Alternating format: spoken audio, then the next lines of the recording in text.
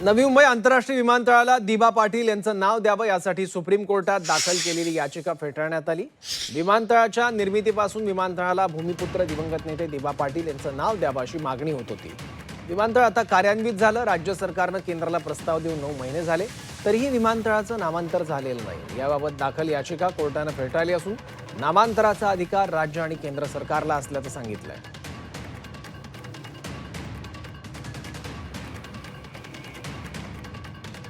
Supreme कोर्टाने याचिका फेटाळलेली आहे आणि नाव देण्याचा अधिकार हा राज्य आणि केंद्र सरकारचा असल्याचं म्हटलंय।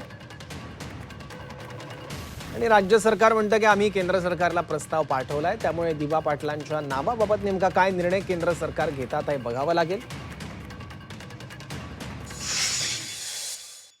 सरकार पॉलिसीमध्ये कोर्ट हे हस्तक्षेप करत नाही आणि कायदा ह्याची मान्यता देत नाही, करिता ही SLP रिजेक्ट करण्यात आलेली आहे।